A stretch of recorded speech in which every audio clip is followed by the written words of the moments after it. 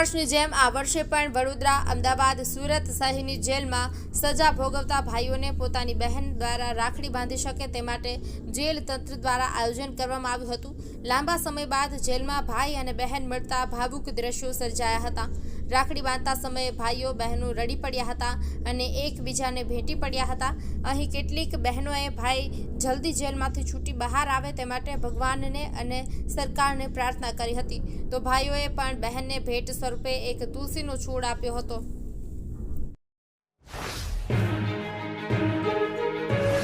આજે રક્ષાબંધનનો પવિત્ર દિવસ છે। દેશભરમાં તમામ મંદિરોમાં ભક્તોની ભારે ભીડ જોવા મળી રહી છે, ત્યારે ગુજરાતના શક્તિપીઠ અંબાજી મંદિર પણ ભક્તોથી ઉભરાયું છે। આજે વહેલી સવારથી જ માય ભક્તો માતાજીના દર્શન અને માતાજીના આશીર્વાદ લેવા માટે પહોંચ્યા છે। માતાજીના જયઘોષ સાથે પહોંચતા ભક્તોથી સમગ્ર મંદિર પરિસરમાં ભક્તિમય માહોલ છવાયો છે। સાળંગપુર શ્રી કષ્ટભંજન દેવને રાખડીના વાઘાનો શણગાર કરવામાં આવ્યો છે। રક્ષાબંધન પર્વ નિમિત્તે દાદાને દેશ દુનિયામાંથી હજારો રાખડીઓ અર્પણ કરાઈ હતી। શામળાજીમાં ભક્તોએ ભગવાન શામળિયાને સોનાની રાખડી અર્પણ કરી હતી। વડોદરા જિલ્લાના મુજપુર ગંભીરા બ્રિજ દુર્ઘટના બાદ માર્ગ અને મકાન વિભાગ દ્વારા વડોદરામાં 40 જેટલી સરકારી ઇમારતો ચકાસવામાં આવી, ત્યારે જર્જરિત ઐતિહાસિક 2 ઇમારતો જમીનદોસ્ત કરવાનો નિર્ણય લેવામાં આવ્યો છે, જેમાં 40 થી 45 સરકારી ઓફિસ ધરાવતા નર્મદા ભુવન અને કુબેર ભુવનમાં રેટ્રોફિટિંગ કરવાનો નિર્ણય લેવાયો છે। પરિણામે આ બંને ભુવનમાં આવેલી 90 જેટલી ઓફિસોને 20 દિવસમાં ખાલી કરવા માટે PWD વિભાગ દ્વારા નોટિસ આપવામાં આવી છે। બીજી તરફ વડોદરાના પ્રથમ બનેલા બહુમાળી 8 માળના નર્મદા ભવન ₹100 કરોડના ખર્ચે નવું બનાવવાનું આયોજન કરવામાં આવ્યું છે।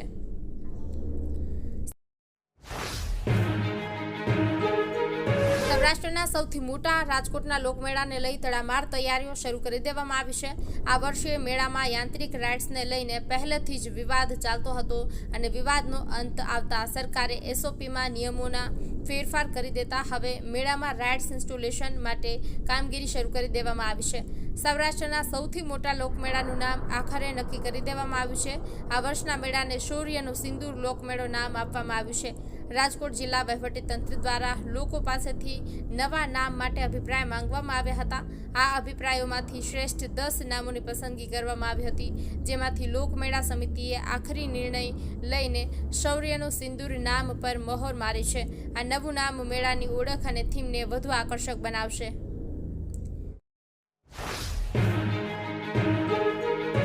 સુરત મહાનગરપાલિકા દ્વારા સ્વતંત્રતા દિવસ 2025ની ભવ્ય ઉજવણીના ભાગરૂપે આગામી રવિવારે 10 ઓગસ્ટ 2025ના રોજ સાંજે 6 વાગે એક ભવ્ય તિરંગા યાત્રાનું આયોજન કરવામાં આવ્યું છે। આ યાત્રા સુરત ડુમસ રોડ પરના વાય જંકશનથી શરૂ થઈને લાલભાઈ કોન્ટ્રાક્ટર સ્ટેડિયમ સુધી 1.8 થી 2 કિલોમીટરના રૂટ પર યોજાશે। આ કાર્યક્રમમાં મુખ્યમંત્રી ભૂપેન્દ્ર પટેલ ઉપસ્થિત રહેશે। તેમની સાથે પ્રદેશ ભાજપ પ્રમુખ અને કેન્દ્રીય મંત્રી CR પાટીલ, ગૃહ રાજ્યમંત્રી હર્ષ સંઘવી અને સ્થાનિક મંત્રીઓ પણ જોડાશે।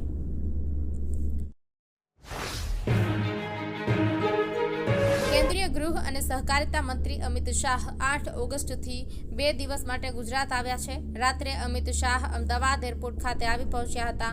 અમદાવાદ આવ્યા બાદ મેમનગર પાસે સુભાષ ચોક ખાતે આવેલા ભીડભંજન હનુમાન મંદિર ખાતે દર્શન માટે પહોંચ્યા હતા। ગૃહમંત્રીએ હનુમાનજીના મંદિરે દર્શન કર્યા, ત્યારબાદ સીધા તેઓ થલતેજ ખાતેના પોતાના નિવાસ સ્થાને પહોંચ્યા હતા। વડોદરા અને આણંદ જિલ્લાને જોડતો મહી નદી ઉપરના મુજપુર ગંભીરા બ્રિજ દુર્ઘટનાને આજે 1 માસ થયો છે। આ બ્રિજ બંધ થવાના કારણે મહી નદી ઉપરના જર્જરિત સિંધરોડ ઉમેટા બ્રિજ ઉપર વાહનોનું ભારણ વધી ગયું છે। આજે રક્ષાબંધનના કારણે ઉમેટા બ્રિજ ઉપર ટ્રાફિક જામ થઈ ગયો હતો। આ ટ્રાફિકમાં 108 એમ્બ્યુલન્સ પણ ફસાઈ હતી। ચોટીલા તાલુકાના ધરમપુર ગામે 15મી ઓગસ્ટ સ્વતંત્રતા દિવસની તાલુકા કક્ષાની ઉજવણી કરવામાં આવશે। આ અંગે નાયબ કલેક્ટર ચોટીલા SJ મકવાણાની અધ્યક્ષતામાં પ્રાંત કચેરીના સભાખંડમાં બેઠક યોજવામાં આવી હતી। આ બેઠકમાં કાર્યક્રમની સફળ આયોજન માટે વિવિધ અધિકારીઓને જવાબદારીઓ સોંપવામાં આવી।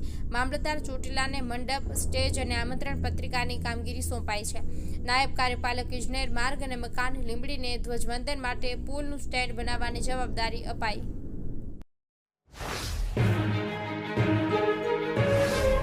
સુરતથી ધરમપુર તરફ જઈ રહેલી એસટી બસને નવસારી ગ્રીડ ઓવરબ્રિજ નીચે અકસ્માત નડ્યો. બસની બ્રેક ફેલ થતાં ડ્રાઈવરે સમય સૂચકતા વાપરી મોટી દુર્ઘટના ટાળી. બસમાં 77થી વધુ મુસાફરો સવાર હતા. બ્રેક ફેલ થતાં ડ્રાઈવરે તરત જ બસને ખુલ્લી ગટર ઉપર ચડાવી દીધી. આ સૂઝબૂઝને કારણે બસ અટકી ગઈ અને મોટી જાનહાનિ ટળી હતી. ઘટનાની જાણ થતાં તરત જ નવસારી ડેપો મેનેજરને કરવામાં આવી હતી. ત્યારબાદ તમામ મુસાફરોને અન્ય બસ મારફતે તેમના ગંતવ્ય સ્થળ સુધી પહોંચાડવાની વ્યવસ્થા કરવામાં આવી હતી.